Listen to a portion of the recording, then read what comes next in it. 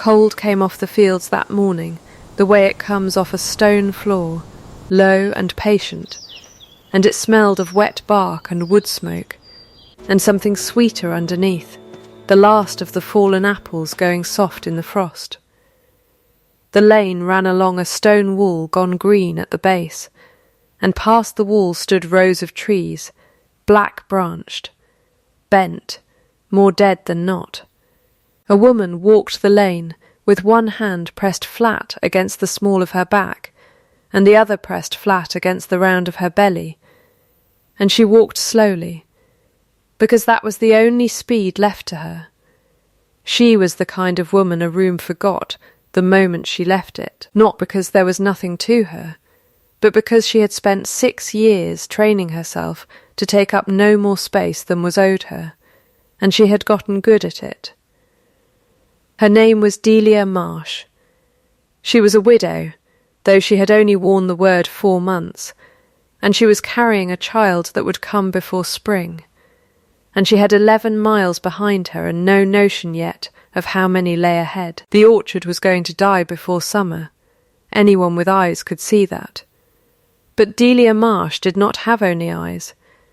She had a father's hands, a dead man's trade folded into her own 2 palms, and when she stopped at the wall and looked at the black trees, she felt something in her chest lift, unbidden, the way it always had at the sight of sick wood that might still be saved. Subscribe to the channel and stay through to the end, because you are going to want to see what this orchard and this woman become. She did not climb the wall. She had been raised to ask leave before she took anything, even a look, and so she stood at the gate and called out, and no one answered, and the wind came through the dead branches with a sound like paper. She went on along the wall instead of through the gate, because a gatehouse chimney was smoking thin and grey against the white sky, and thin smoke meant a fire kept too small, and a fire kept too small meant someone inside was rationing wood the way she had once rationed bread. The gatehouse door stood on a broken hinge. Inside, on a pallet nearer the cold hearth than the warm one, lay a boy of perhaps 7 years, wrapped in a horse blanket that had never been meant for a child's skin. His face had the pinched look she knew from her own mirror the winter her husband first went off to work the roads and left her a single sack of meal to last a month. She did not ask whose boy he was. She knelt, which cost her more than it once had, and she put the back of her hand to his cheek the way her mother had done to her. "Is there no one?" she said. "Grandad's dead," the boy said. "Since the harvest moon. Nobody's come but the rooks." She did not say she was sorry. Sorry was a coin too cheap to spend on a child this cold. She unwound the shawl from her own shoulders, the good wool one, the last thing of her husband's mother's that had not yet been sold, and she put it over the blanket, and she took the heel of bread from her pocket, the one she had been saving for the evening, and she broke it and gave him the larger half. "Eat slow," she said. "Slow bites keep longer in a hungry stomach." He ate the way animals eat when they have learned that food does not always come again. She built the fire up with what wood she found stacked dry beneath the eave, 3 logs, no more, because she did not know whose wood it was, and would not spend another's store past what was needed. Then she went out to the nearest tree, the one nearest the gate, black-barked and split along one limb, where frost had gotten into old rot, and she began, with her bare fingers, to clean the wound the way her father had taught her before she was tall enough to reach the lower boughs unaided. She believed herself entirely alone. She was not. In the doorway of the old cider barn across the yard stood a man in a plain wool coat, mud to the knee, a hired hand's cap pulled low, watching a woman he had never met kneel in the frost of a dying orchard, and give away her last bread and her only shawl to a child who could do nothing for her, not even remember her name if asked. He did not come forward. He had learned, at some cost, what a person did when they believed themselves watched, and he wanted, more than he had wanted anything in a long while, to see what a person did when they did not. She did not know then that the man in the barn doorway owned the wall, the gatehouse, the boy's very bread, and 40,000 acres beyond the ridge behind her. She did not know his name was not Hale, the name the servants used for the new foreman nobody had properly met. She only knew that the tree under her hands had 1 good year left in it if the rot was cut now, and that the boy behind her had stopped shivering, and that the sky was going to snow before dark.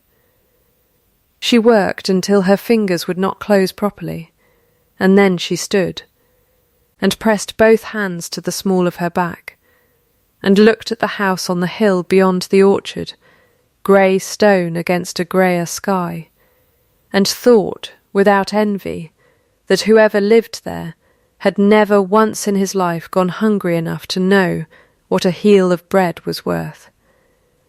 She was wrong about that too. But she would not learn it for some months yet. She went back to the gatehouse to check the fire before she meant to walk on, and that was where the foreman found her, or let himself be found, standing in the yard with his cap in his hand, as if he had only just arrived. "You've no business on this land," he said. Plain, not unkind. No, she agreed. I hadn't meant to make any. The boy was cold.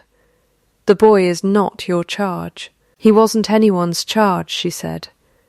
That was the trouble with him. She looked past him at the trees. This orchard is dying. You'll lose the west rose by summer if the canker isn't cut now, and the rest within 3 years if nothing's grafted new. He was quiet a long moment. She had the strange sense, standing there, of being weighed on a scale she could not see the arms of. "You know orchards," he said. "My father kept one. I kept it after him, until I couldn't. She did not explain why she couldn't. She did not owe him that. I'll be on my way. I only stopped for the boy." "Wait," he said, and something in the single word cost him more than she could have guessed. "Who taught you to dress a wound like that?" "In the bark." "I watched you do it." She flushed, not from shame, but from the plain discomfort of being seen at a task she had thought private. "My father," she said again. "It isn't a secret art. Any orchard keeper's daughter could do the same, if she'd had a father who let her learn it." He looked at her a moment longer than the conversation required, the way a man looks at a ledger that will not balance and he cannot yet say why. Then he put his cap back on, and told her the boy would be seen to, and did not offer her so much as a farthing for the bread or the shawl she had given away, because he understood, watching her face when he almost tried, that she would have refused it, and been ashamed of the offer more than pleased by it. She walked on that evening with no notion that she had just been tested, and passed by the one man in the county whose good opinion could alter the whole of her life. She only knew her feet hurt, and the light was going, and there was somewhere ahead a night's shelter to be found before the snow came down in earnest. She did not know then that the foreman she had spoken to in the yard, plain coat and mud to the knee, was Julian Hale Ashford, 9th Duke of Ravensmore, and that he had been standing in that orchard in his own oldest coat for 3 weeks, watching his own tenants and his own servants and his own steward, because the last woman who had told him she loved him for himself had wept very prettily while doing it, and had been, within the same season, cruel enough to a scullery girl that the girl had left service rather than stay in the same house. He had wanted, since then, to see what people did when they believed no lord of any kind was watching. He had begun to think no one alive would ever show him. He was wrong. He had just seen it, and it had unsettled him more than he yet understood. She did not go far. The snow came down before she reached the crossroads, and she turned back against her own pride and knocked at the gatehouse door, and asked the boy, whose name she now knew was Tam, whether there was room on the floor for one more, since she had nowhere else, and no coin for an inn, and a child of her own not far off from coming. Tam said there was room. There was always room, he said, for someone who shared her bread. He was 7, and he had already learned the arithmetic of kindness better than most grown men in the county. She slept that night on the gatehouse floor, with her hand curled beneath her cheek and her other hand resting, without her willing it, on the round of her belly. And she did not cry, though she had cause enough. She had learned long before that winter not to cry where it showed. Outside, the snow came down soft and steady over the dead orchard, and in the cider barn across the yard, a man who owned all of it sat awake a long while, turning over in his mind the plain fact of a woman who had given away her last bread to a boy who could never repay her, and had not once, in the whole of the exchange, looked toward the house on the hill to see whether anyone of consequence had noticed. In the morning the foreman came again, and this time he did not pretend it was chance. He told her, plainly, that the estate needed a hand who understood old wood and canker, that the position paid a fair wage and came with the gatehouse room besides, and that the boy Tam would eat regular now, whether she took the work or not, because no child on Ravensmoor land would go hungry again if he had any say in it. He did not say why he had any say in it. She did not think to ask. She only heard the offer of honest work for honest pay, the first such offer she had had in the 4 months since her husband's fever took him, and she felt something in her chest ease that had been clenched since autumn. "I'll not take charity," she said. "I'll take wages for work done." "Good," he said. "I've no charity to spare. Only trees dying faster than I can watch them." She almost smiled at that, the first near smile she had allowed herself in weeks, and did not notice that he watched her mouth a moment longer than the joke required, as a man watches a door he had thought permanently shut, testing whether it moves. She refused at first the offer of a blanket better than the one Tam had. She refused the following week a physician sent quietly to look at the boy's chest, insisting she could nurse a child's cough herself, and did not need a stranger's fee spent on her account. She refused nearly everything offered to her outright, and accepted, without noticing the pattern, every kindness that arrived with no name attached to it, a sack of meal left inside the gatehouse door, a length of good wool left folded on the bench, wood stacked higher than she had cut it.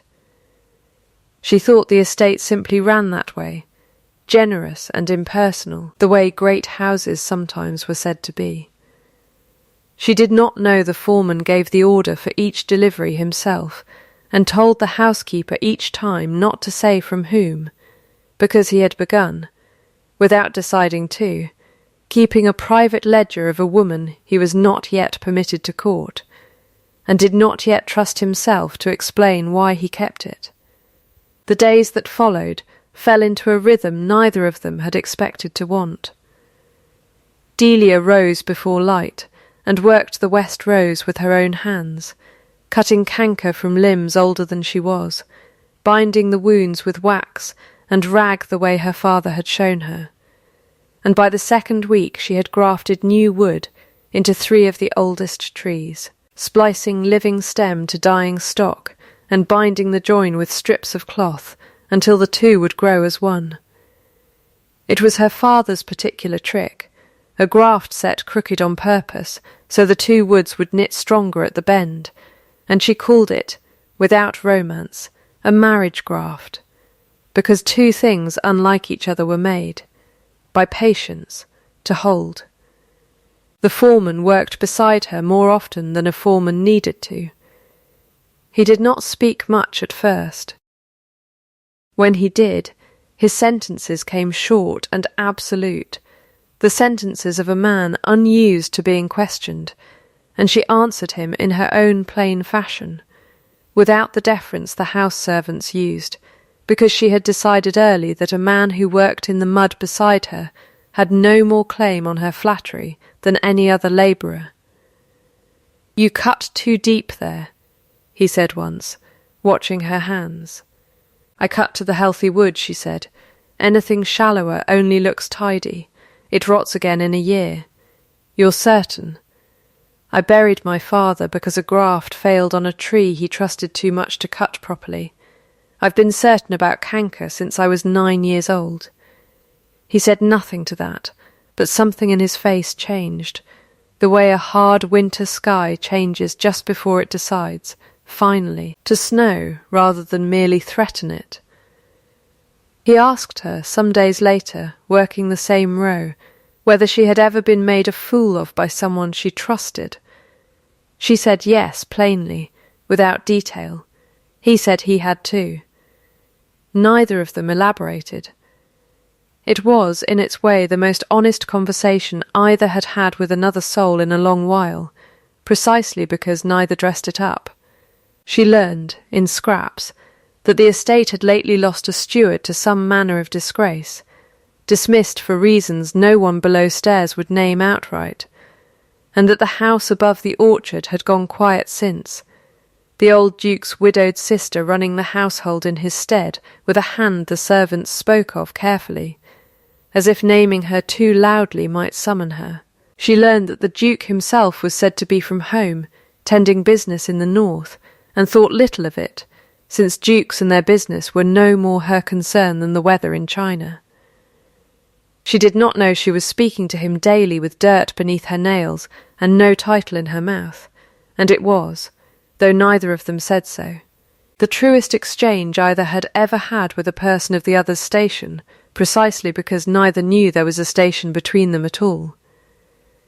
One evening, carrying water back to the gatehouse, she found a pair of boys' boots left on the step, plain and sturdy and exactly Tam's size, with no note and no name.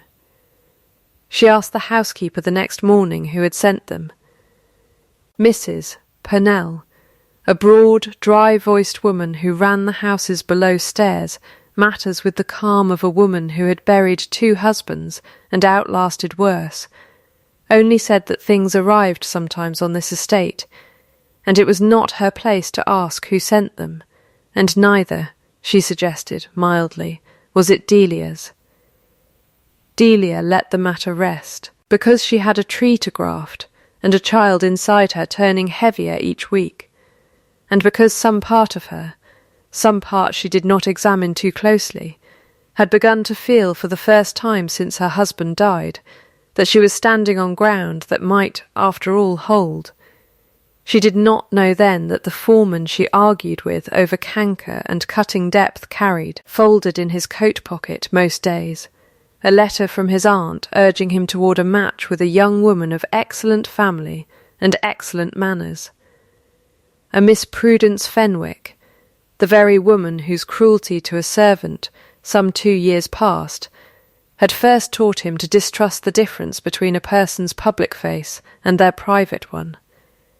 She did not know that he read that letter each week, and each week did not answer it, because he had begun, against every instinct trained into him since boyhood, to imagine a different sort of wife altogether, one with canker-stained fingers and a plain, unflattering way of speaking truth.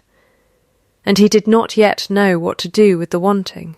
Winter thinned toward a hard, bright cold, the kind that cracks stone, and the orchard, row by row, began to show the first stubborn green under its black bark where Delia's grafts had taken. She was proud of that, quietly, the way she was proud of very little else in her life just then, and she allowed herself, walking the rows at dusk with her hand pressed to her back. To imagine that she had found, almost by accident, a place she might be permitted to stay. She did not yet know how soon that permission would be tested, or by whom, or how cruelly. The house on the hill had been quiet, only because its mistress in all but name was from home a fortnight, visiting friends in the county town, and quiet houses, in Delia's limited experience, rarely stayed quiet long. Lady Augusta Vane returned to Ravensmoor on a bright, hard morning, with her carriage wheels cracking the ice in the drive, and the whole house seemed to draw its breath in at once, the way a room does when a door is about to open on cold air. She was the old Duke's sister, aunt to the present one, and she had run the household since her nephew's boyhood with the particular authority of a woman who believed correctness and virtue to be the same thing, and had never once been made to learn otherwise.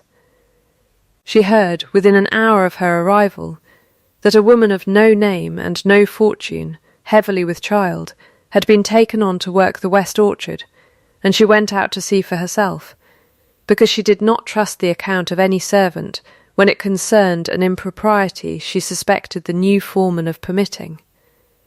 She found Delia on her knees in the frost, binding a fresh graft with steady hands, and she looked at her a long moment the way one looks at a stain on good linen. "You are the woman from the gatehouse," Lady Augusta said. "Delia Marsh, my lady." Delia rose, slowly, one hand at her back, and did not curtsy, because her knees would not easily have let her rise again, and because something in the other woman's tone had already told her a curtsy would not be received as respect, but as confirmation of guilt. "With child," Lady Augusta said, "and no husband in evidence. My husband died in the autumn, my lady. Of a fever. I have his marriage lines, if you'd care to see them, though I don't carry them about my person while I work the trees. How convenient," Lady Augusta said, "that a dead man cannot be asked to confirm it." She looked past Delia at the grafted rose, the pale green showing at the cuts. "And I am to believe a beggar off the road has saved, in a fortnight, what a trained steward could not save in 3 years. I don't ask you to believe anything, my lady. The trees will tell you themselves, come spring, whether I'm honest. Trees do not speak, girl, no," Delia said. "But they don't flatter either. That's more than can be said for most things that do speak. It was not insolence exactly. Only the plain, unshrinking truth Delia had never learned to varnish, and it landed on Lady Augusta with the particular sting of a thing that could not be punished for being rude, since it had not been. Lady Augusta's mouth thinned into something that might once, in a younger woman, have been called a smile. "You will understand," she said, "that a woman in your condition, with no name and no character to vouch for her, cannot be permitted to remain on this estate on the strength of a foreman's whim. Whims end. Foremen are dismissed and reappointed. What remains, when the whim is over, is a house that must answer for what it harboured." She let her eyes travel, deliberately, to the round of Delia's belly. One wonders whose child that truly is, and whether the fever story will hold up under closer questioning than a servant thinks to give it. The yard went very quiet. Even the wind seemed to have stepped back to listen. Delia felt the words land somewhere under her ribs, sharp and precise, exactly where they had been aimed, and she did not weep, because she had trained the tears out of her own face years before, in a worse kitchen than this one, under a worse tongue than this. She only stood a moment, feeling the child turn inside her as if it too had heard and objected, and then she answered, low and even, "My child is my husband's, my lady, and no one's business but mine and God's. I've given you no falsehood, and I'll give you none now. If my work isn't wanted, say so plainly, and I'll take myself and my belly off your land before dark. But you'll not make me ashamed of a dead man I loved, standing in a yard I've done nothing but good in." She turned back to her graft before Lady Augusta could answer, because there was, in truth, nothing further to say, and because turning her back on a lady of the house was itself a kind of quiet defiance she had not planned, but did not regret. Lady Augusta stood a moment longer, unaccustomed to being the one left in a silence not of her own making, and then she went back to the house, with her skirts cracking over the frost, already composing, in her mind, the letter she meant to send north to recall her nephew home before this business went further than a foreman's whim. She did not know the foreman was already home, and had been the whole time, and had heard every word of the exchange from the barn door where he had come to fetch a spade, and had stayed instead, rooted, listening to a pregnant widow refuse to be shamed by his own aunt without once raising her voice. He came to Delia that evening, after the light had gone, and found her sitting on the gatehouse step with Tam's head heavy against her shoulder, the boy asleep sitting up the way exhausted children sometimes manage. He did not sit beside her. He stood, hands in his coat pockets, and told her low that he had heard what passed in the yard. "Then you heard I gave your aunt no cause," she said. "I heard you gave her the truth. She has less use for it than most." He was quiet a moment. "I am sorry for it. You should not have had to bear that, on my land, in my hearing. It's not your doing," she said. "You've no need to be sorry for another's cruelty." "I have some need," he said, and something in his voice made her look up at him properly, because I could have stopped it, and did not, and told myself I was only listening to see how you'd answer. That was not kindness on my part, that was a test, and you did not know you were being tested, and I let you stand it alone. She did not understand then the full weight of what he was confessing, only that a plain-spoken foreman had just admitted to something that sounded very like guilt over a matter she had thought closed. She said only that she had stood worse tests alone before, and that she did not hold it against him, and he looked at her a long moment in the dark with an expression she could not read, grave and unhappy, and something else beneath it she had no name for yet. He told her, before he left, that whatever her ladyship threatened, no one would put her off Ravensmoor land while the trees still needed her hands, and that this, at least, was a promise he had the power to keep. She thanked him for it, and meant it, and neither of them said aloud that the promise had already begun to mean something larger than an orchard, and neither of them yet knew how soon it would be tested past bearing. The cold held through the following fortnight, hard and bright, and the estate settled into an uneasy quiet, the kind that comes before a storm decides its direction. Lady Augusta did not renew her attack directly. She was cleverer than that. She began, instead, a slow campaign of remark and implication below stairs, a word here about propriety, a word there about the wisdom of harbouring a woman of doubtful history so near a child's innocent ears, and the servants, who liked Delia well enough on their own account, began none the less to grow careful in her presence. The way people grow careful around a thing they fear might cost them their own place, if they are seen defending it too warmly. Delia felt the cooling before she understood its cause. Doors that had opened easily now stuck. Conversations that had run friendly now clipped short when she entered a room. She told herself it was only the season, only her own tiredness, only the natural caution of servants toward a stranger great with child, and no name of consequence behind her. And she did not let herself believe, not fully, that it was anything crueler than that, because to believe it would have meant admitting she had, once again, no true home anywhere. She kept to the orchard as much as she could, where the trees did not change their manner toward her from one day to the next, and where Tam followed her about with a basket, learning, without either of them naming it as teaching, the same trade her father had given her. She found, in the boy, something like the family she had lost twice over, first her father and then her husband, and she let herself love him in the plain, unadorned way she loved the trees, without expecting to keep either. It was Mrs. Purnell who first let slip, in an unguarded moment over the mending, that the new foreman was not quite so new nor quite so ordinary as the house had let Delia believe, and then caught herself, and would say no more, only that Delia ought perhaps to ask him plainly who he was before her heart got further along than her belly already had. Delia did not ask.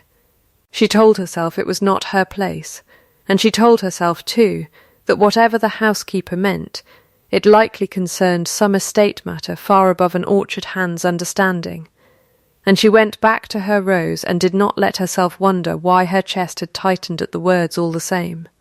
She did not know then that the man she called Hale sat that same night in the estate's private study, in a coat too fine for any foreman, writing a letter he did not send, in which he tried, and failed, 3 separate times, to find the words to tell a woman with dirt still under her nails that he had deceived her from the first day, not out of cruelty, but because he had needed, more than he had needed almost anything else in his adult life, to know what a person did when they believed no duke was watching, and that she, alone of every soul he had tested that winter, had passed a trial she never knew she was standing. The storm, when it came from Lady Augusta directly, and it came in the great hall itself, before the whole household, on an evening when the Duke himself, unmasked at last in coat and signet ring, and every outward mark of his rank, had returned from the north 2 days early, and had not yet found the moment, or the courage, to tell Delia who he truly was. Lady Augusta had learned of his early return before Delia had, and she used the hour to summon the whole staff, ostensibly to hear the season's accounts read, but in truth to stage, in front of witnesses, the confrontation she had been building toward since the frost. She had Delia sent for from the gatehouse, on the pretext of a question about the orchard ledger, and when Delia came in, plain shawled, heavy with child, tired from the walk up the hill, Lady Augusta rose from her chair with the particular stillness of a woman who has rehearsed her cruelty and means to deliver it without a tremor. "Since we are all assembled," Lady Augusta said, "I think it only honest that the household understand precisely what has been permitted to take root on this estate while its master was from home. A woman of no name, no character, and no husband living to confirm her story, allowed to work land she has no claim to, housed at the estate's expense, and now, it seems, grown bold enough to imagine her situation permanent." She turned to Delia directly. "Tell them, girl, plainly, since you are so fond of plain speaking. What is it you hope to gain here that you have not simply asked for outright?" The room had gone utterly silent. Delia felt every eye on her, and felt, too, the child inside her go still, as children sometimes do when their mothers' hearts begin to race. She thought of a dozen answers, proud ones, wounded ones, and discarded every one of them, because none would serve, and because she had promised herself, the day her husband died, that she would never again let another person's cruelty choose her words for her. "I hope to gain nothing, my lady, beyond honest wages for honest work," she said, steady. "I came to this land with a dying boy and a dying orchard, and gave what I had to both, because both needed it, and I was the one standing there. If that is boldness, then I confess to it freely, and I'll take my boldness and my belly off this land tonight, if that is what will settle the household's mind." She looked, briefly, at the man she still believed to be only the foreman, standing near the door in his fine coat, a man she did not yet fully recognise as the same man in the plain wool she had argued with over canker for a month. Something in his stillness struck her as strange, but she had no time to puzzle it, not with Lady Augusta's voice cutting the air again. "You'll do more than take yourself off," Lady Augusta said.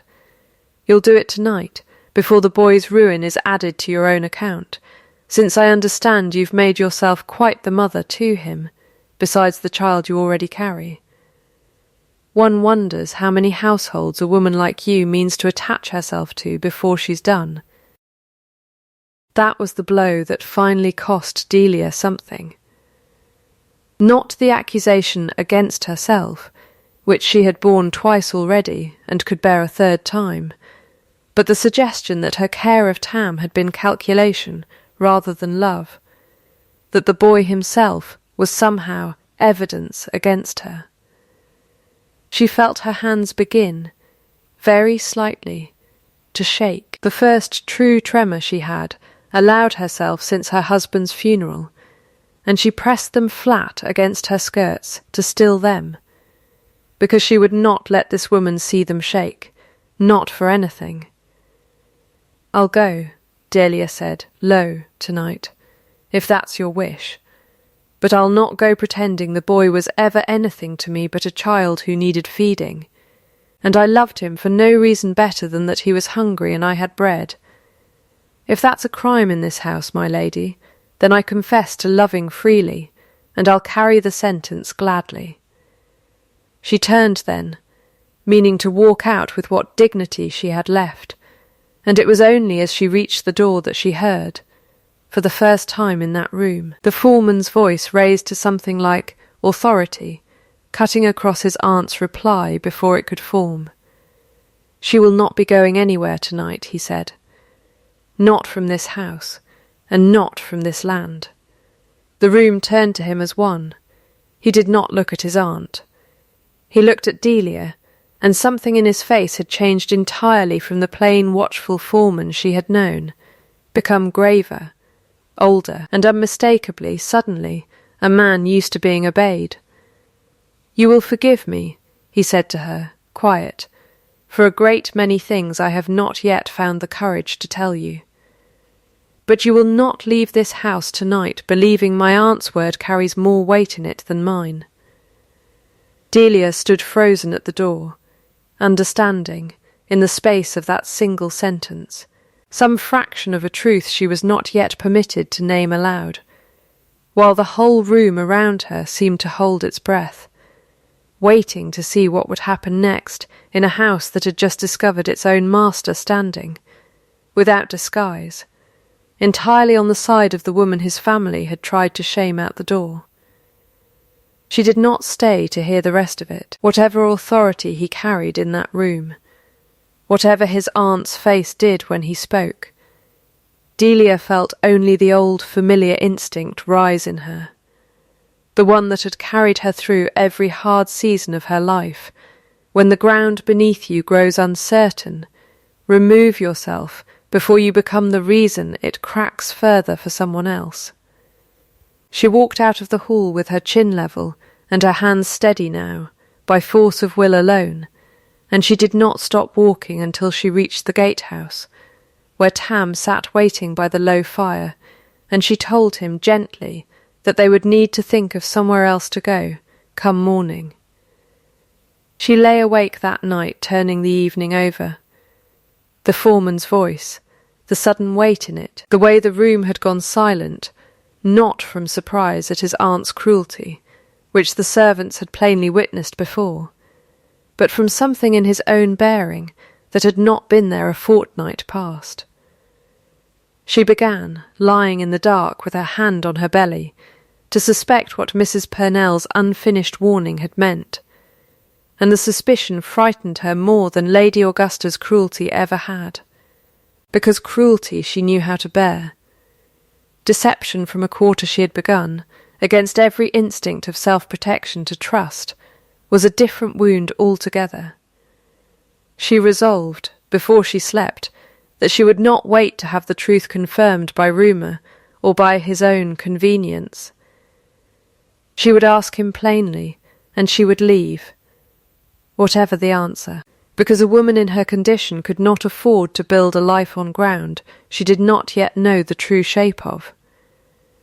Morning came grey and still, the kind of morning that follows a hard frost and asks nothing of the world but quiet.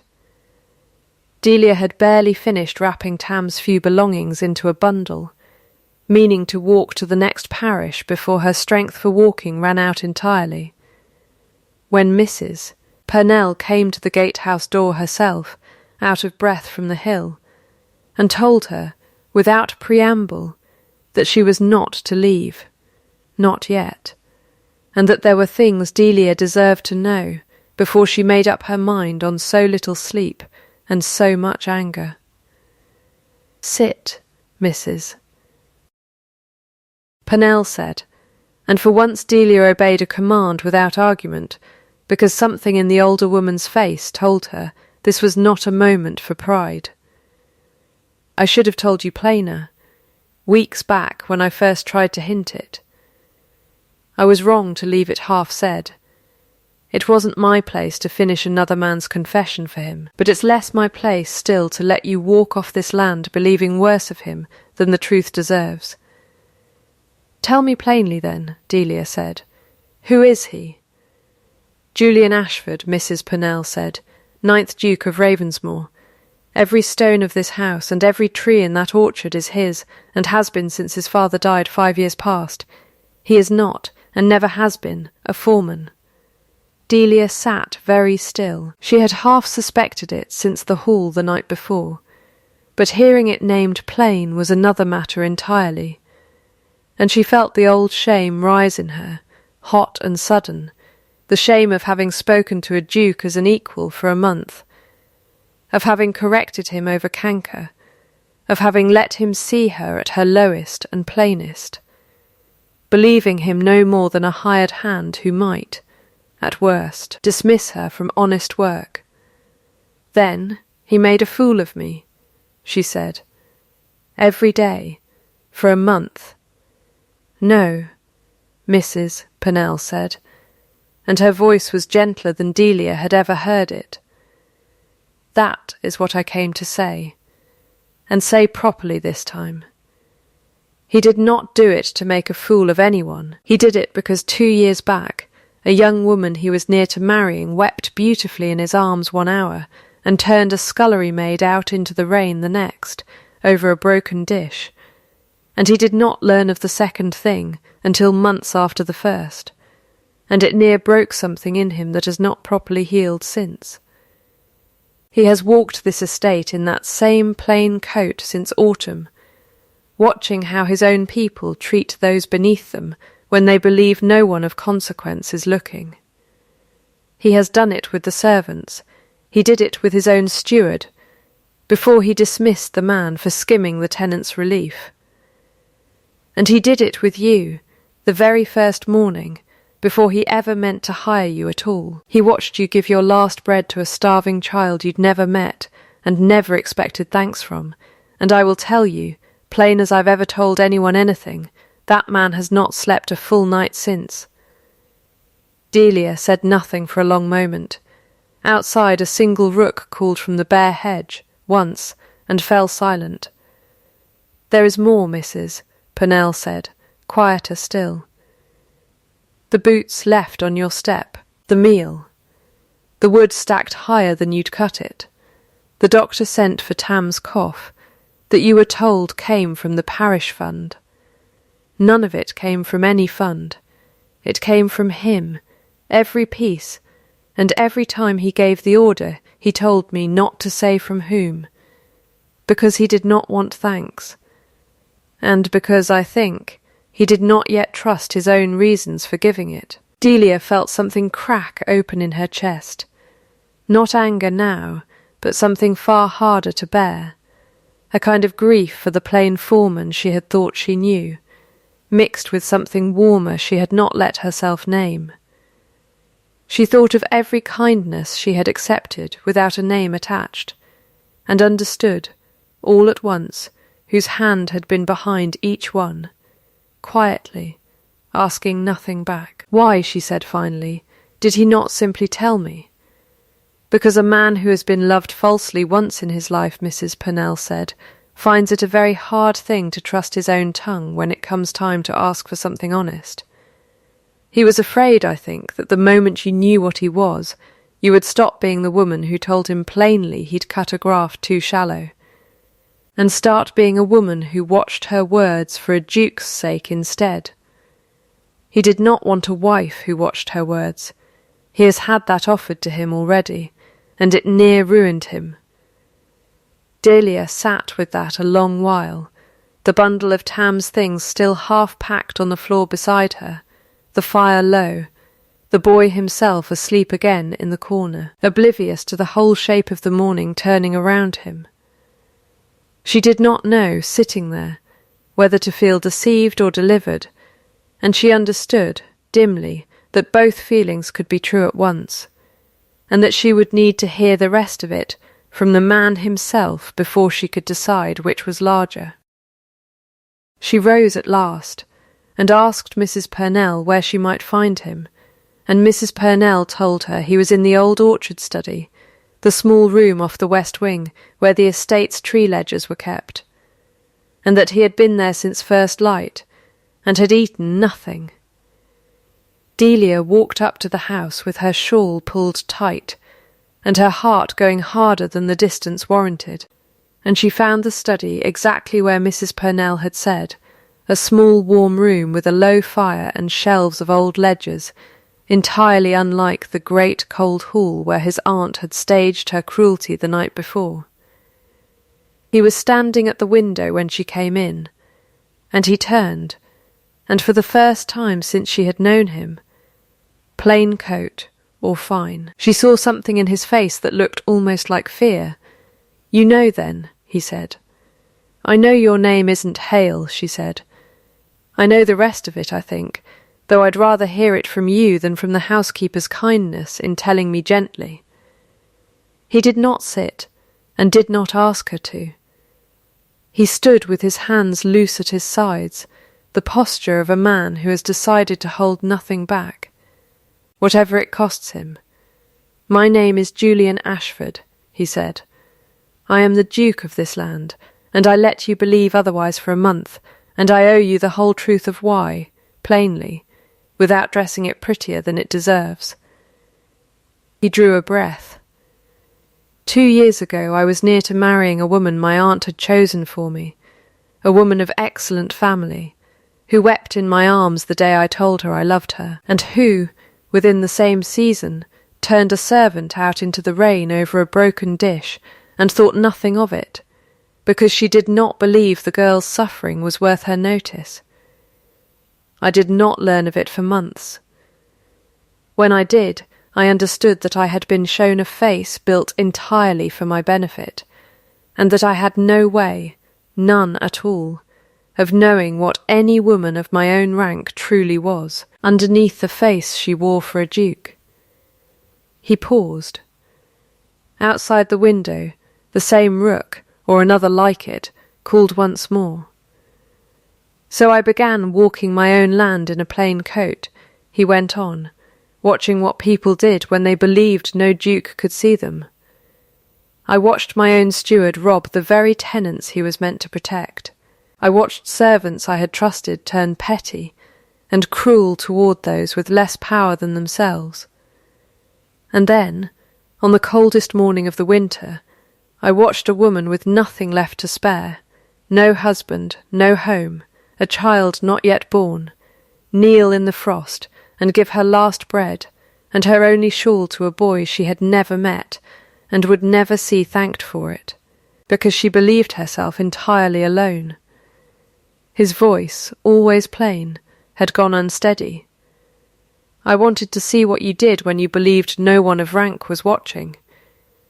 That is the only test that tells the truth of a person, I have come to think, and you did not know how to be anything but exactly what you were. That is why I am standing here now, and why I have not slept properly since the morning I first saw you at that tree." Delia stood very still, her hands folded over her belly, feeling the whole month reorder itself in her memory, every plain conversation, every quiet delivery left with no name attached, every look she had thought merely watchful, now understood as something else entirely. "You tested me," she said. "Without my knowing there was a test to fail. I did, and I am not proud of it, though I cannot pretend I regret what it showed me." He took a step nearer, then stopped himself, as if some instinct told him she needed the room to breathe. "I do not ask you to forgive the deception tonight. I do not ask you to answer anything tonight at all. I only ask that you know the whole truth before you decide what to do with the rest of it, because you deserve, more than any person I have met in years, to be asked rather than assumed upon.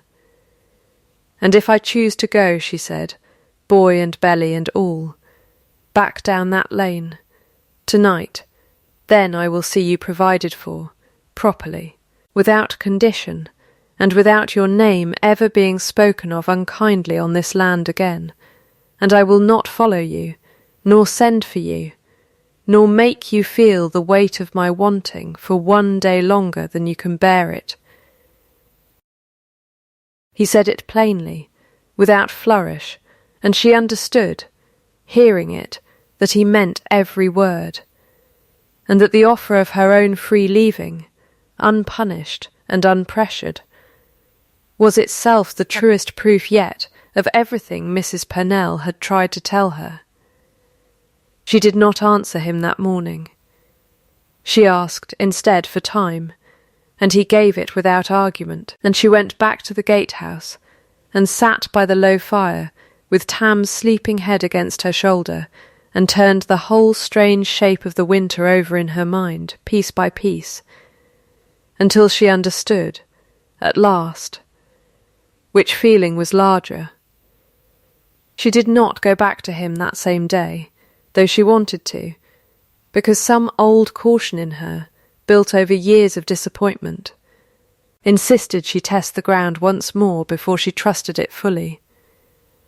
She spent the following days quietly, working the orchard rows as she always had, and found, to her private astonishment, that nothing in his manner toward her had changed at all, now that his rank stood plain between them. He still argued with her over the depth of a cut. He still deferred, without false modesty, to her judgment on which limbs could be saved and which could not. He did not once, in all that time, speak to her as a duke speaks to a dependent, and she understood that this, more than any speech in the warm study, was the truest evidence of the man beneath the title. Lady Augusta, for her part, had gone very quiet since the night in the hall, and word came down through Mrs. Purnell that the Duke had told his aunt, in terms the housekeeper would not fully repeat, that any further cruelty spoken to or about Delia Marsh under his roof would end with his aunt removed to her own dower house in Bath before the week was out, family or no family. Lady Augusta had not tested the threat. She kept thereafter to her rooms, and her silence, though it did not amount to an apology, amounted at least to a peace Delia had not expected to win so cleanly. It was a week later, on an evening when the first true thaw had begun to drip from the eaves, that Delia walked up to the house of her own accord, without being sent for, and found the Duke again, in the same small warm study, and told him, before he could speak first, that she had made her decision, and that she had not made it lightly. "I do not love you for the land," she said, "nor for the name, nor for anything a duke can give a woman that a foreman could not. I loved the man who argued with me over a canker cut before I knew he owned the tree at all, and I find I do not love him less for learning what else he owns besides, But I'll not be married for gratitude, mine or yours, and I'll not be a woman who watches her words for your sake. If you want plain speech at your table for the rest of your life, you may have it, and gladly. If you wanted anything softer, you tested the wrong woman. He crossed the room to her then, and did not touch her hand at once, though she saw plainly that he wished to. He drew off his own glove instead, finger by finger, slowly, the way a man does a thing he means to be noticed, and only then did he take her bare hand in his. "I would rather have your honesty every day of my life," he said, "than another woman's soft words for one season. I do not ask you to answer me tonight, if you'd rather have the spring to be certain. I would rather have your no, freely given, than your yes because you felt the weight of what I've offered pressing on you. You've had my answer since the study, the day you told me the truth," she said. "I only needed the week to be certain it was mine, and not merely the relief of not being turned out. It is mine. Yes," she looked at him plainly. "It was the only word I needed, in the end, though it took me longer than most words do." He kissed her hand then, bare palm to bare palm, and it was, though neither of them said so aloud, the whole of the intimacy either required to know the thing was settled between them, truer than any grander gesture could have made it. They were married before the last frost had properly left the ground, a small ceremony the county none the less called grand, because a duke's smallest wedding is still a duke's wedding, and Tam stood beside Delia through the whole of it in his good boots, solemn as any usher twice his age, while Mrs. Purnell wept without shame in the second pew, and did not pretend otherwise to anyone who asked. Lady Augusta did not attend. She had removed herself to Bath within the fortnight, as promised, and sent, some months later, a letter that Delia read once, found nothing worth answering in, and set aside without malice, because a woman settled in her own happiness has little use left for old cruelty, even when it comes wrapped, at last, in something like an apology.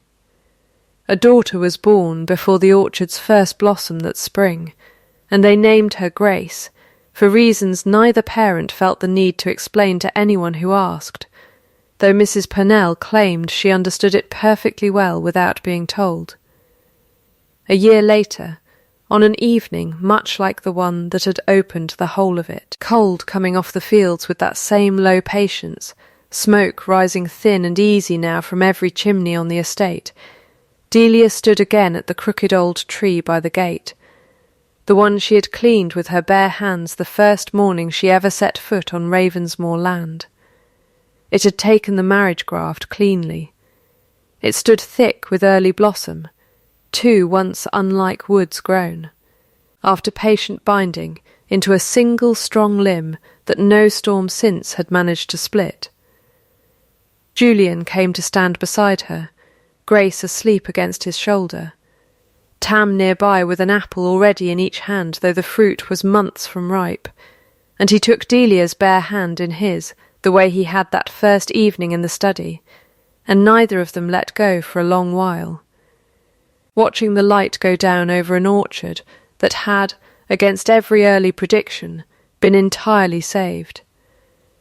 A person's worth, the old saying on that land came to run, is never what they do for those who can repay them, but what they do, freely and unwatched, for those who cannot.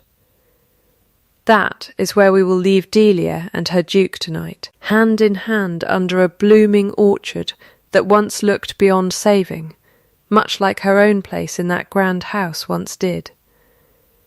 If a story of quiet kindness rewarded, and a love chosen freely rather than claimed by rank, is the kind of tale that stays with you, subscribe to the channel so you don't miss the next one. And I would love to know, in the comments, what you think finally told Julian the truth of her heart, the bread she gave away, or the plain way she never once asked for anything back. Come back soon, because there is always another orchard, another quiet kindness, and another duke about to learn who someone truly is when they believe no one is watching.